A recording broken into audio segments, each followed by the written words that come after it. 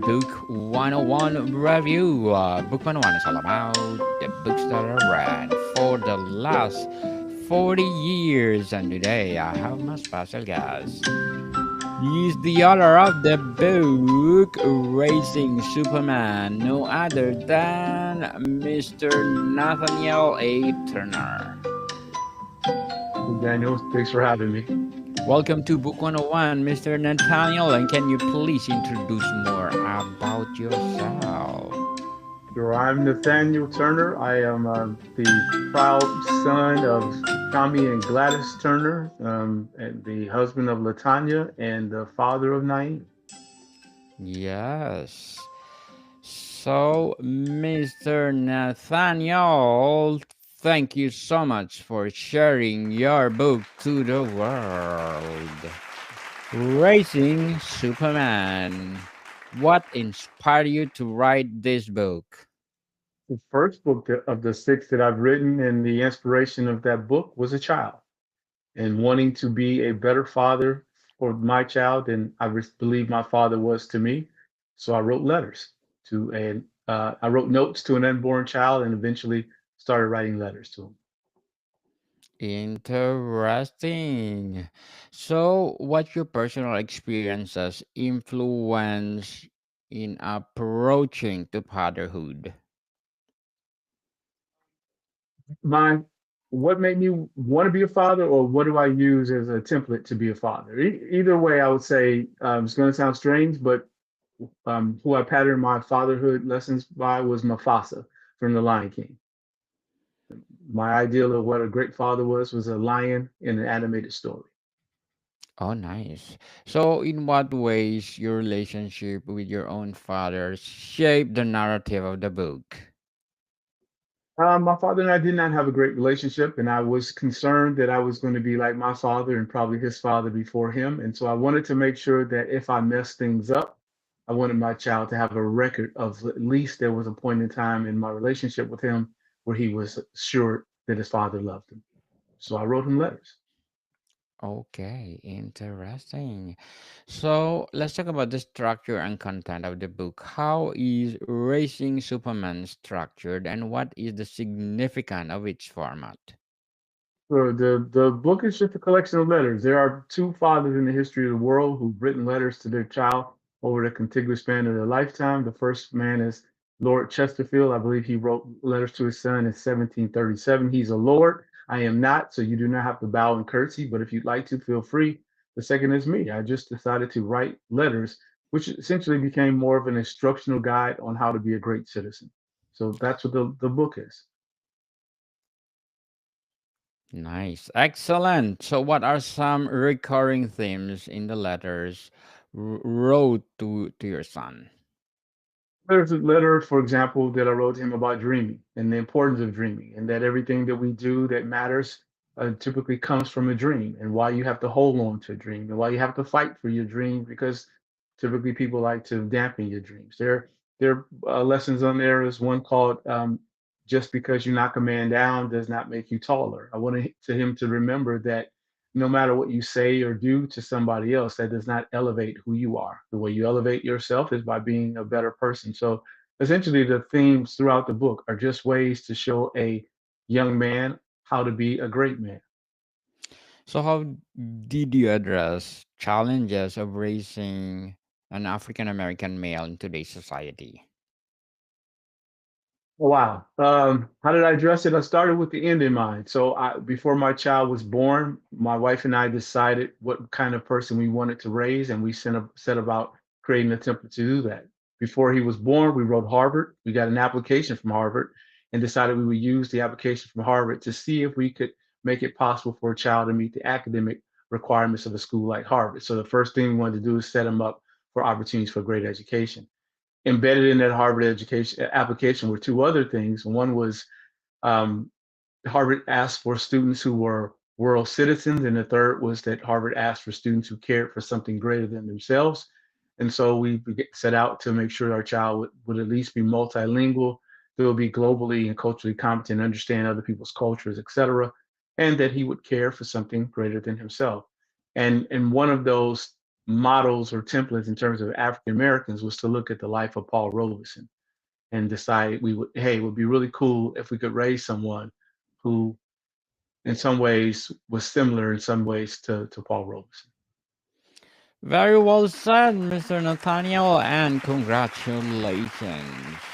Being a good parent is something else. So let's talk about parenting philosophies and strategies. What parenting philosophies did you advocate for in the book? Well, the first thing I encourage all parents to do is to take a look in the mirror.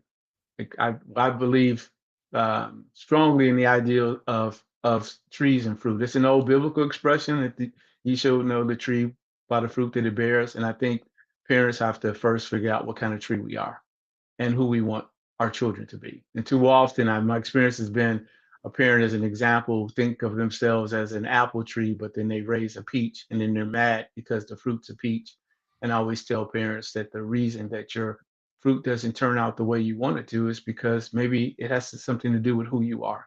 So my biggest parenting lesson to parents is to take a look at yourself and then decide who you want to be when your time on this planet is up and before you start having expectations of a child. So, Mr. Nathaniel, how did you emphasize the importance of education and personal development? So as I mentioned, the idea was to make sure we got a child to meet the academic requirements of Harvard. So before the child was born, we were doing things to prepare the child while he was in the womb for an opportunity to have a great education. The moment that he uh, took his first breath outside the womb, we started doing stuff like reading aloud and reading big books and showing big books with animals and characters and vehicles, people, places, and things, if you will, and just expressing everything that we saw in the book. We introduced him to other languages and played language tapes while he was in the crib, and so we everything we did was guided by the ideal of getting the child prepared, for example, to read as soon as possible. We started reading it too, being able to speak in full sentences as soon as possible. We could do that at 10 months, but all things were guided on making sure he could meet those rigors. So, Mr. Nathaniel, how did you encourage your son to overcome societal expectations and stereotypes? I'd ask him who he wanted to be and not worry about what everybody else wanted him to be.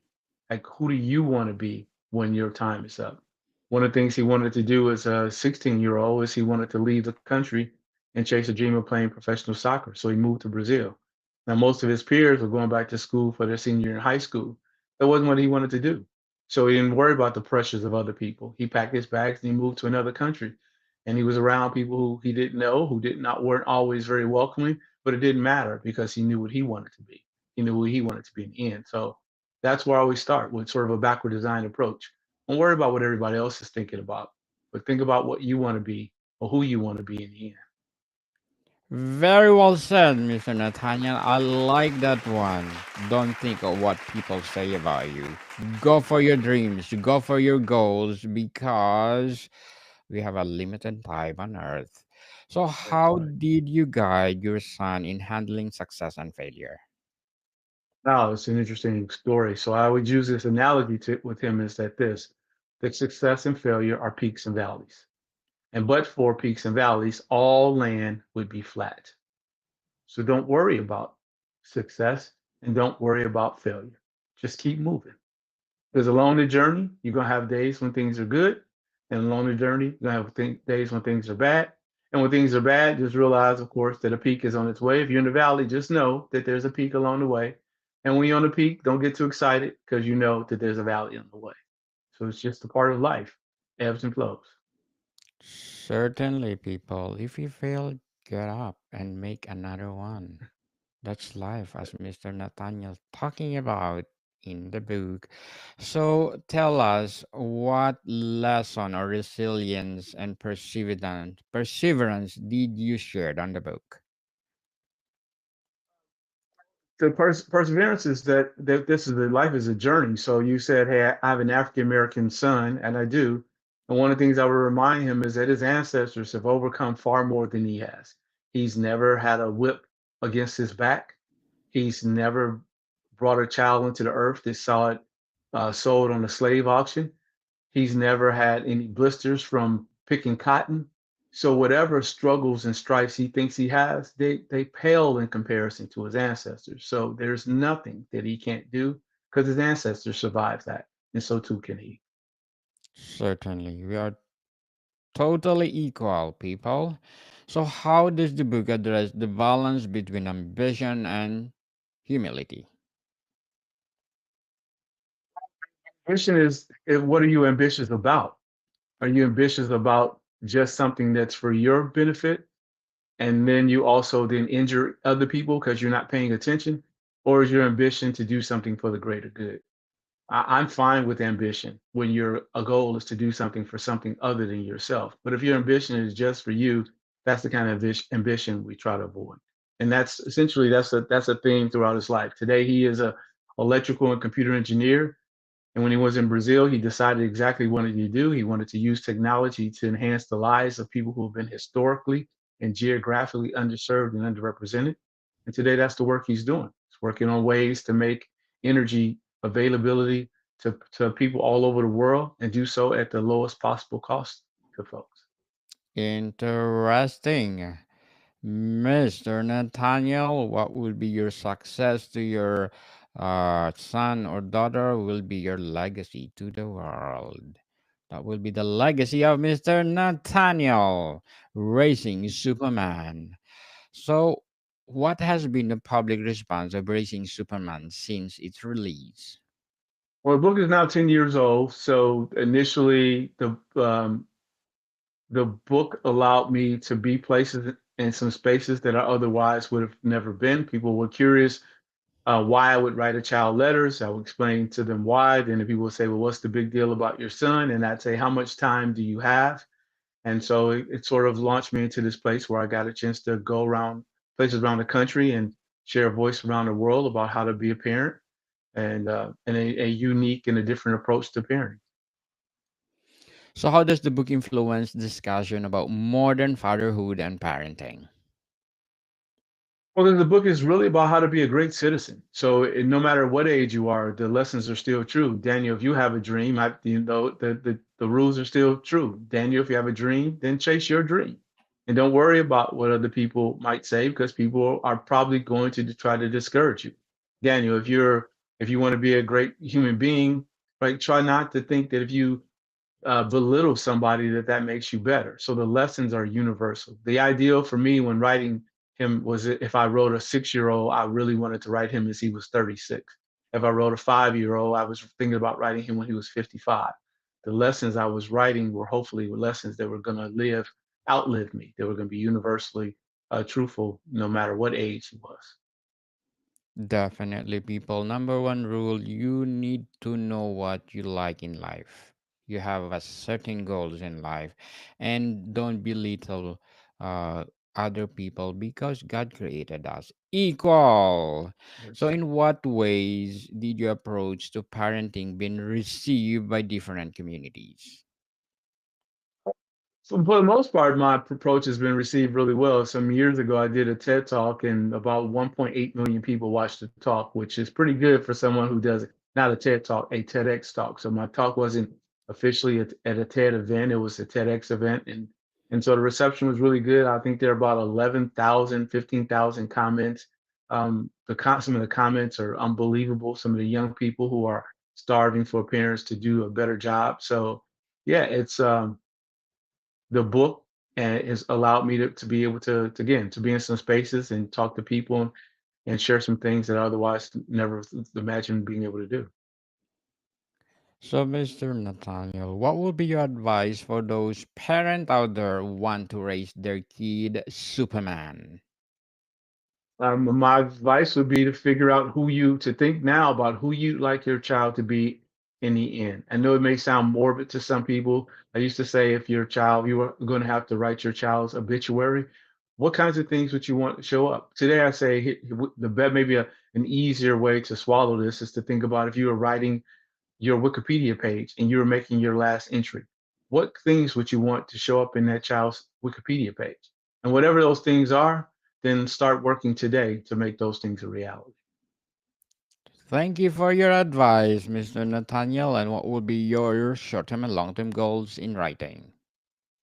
Just to continue writing, and to one day, if I follow the process and I write enough, maybe I'll win a Pulitzer Prize, and that'll be Mm. that would be great to win some national book award or some international book award. Looking forward for that, Mr. Nathaniel. Go, go, go, and stop procrastinating. Write more books that empowering us. So, what challenges might parents face when implementing your strategies? Realizing that parents have to be better. I think that's the biggest challenge. Parents are so focused, hyper focused on who children are, and don't spend enough time figuring out who we are. I would say this. Naim and I took a trip some years ago. He had a Canon camera with a high velocity lens, and I had an old cell phone camera.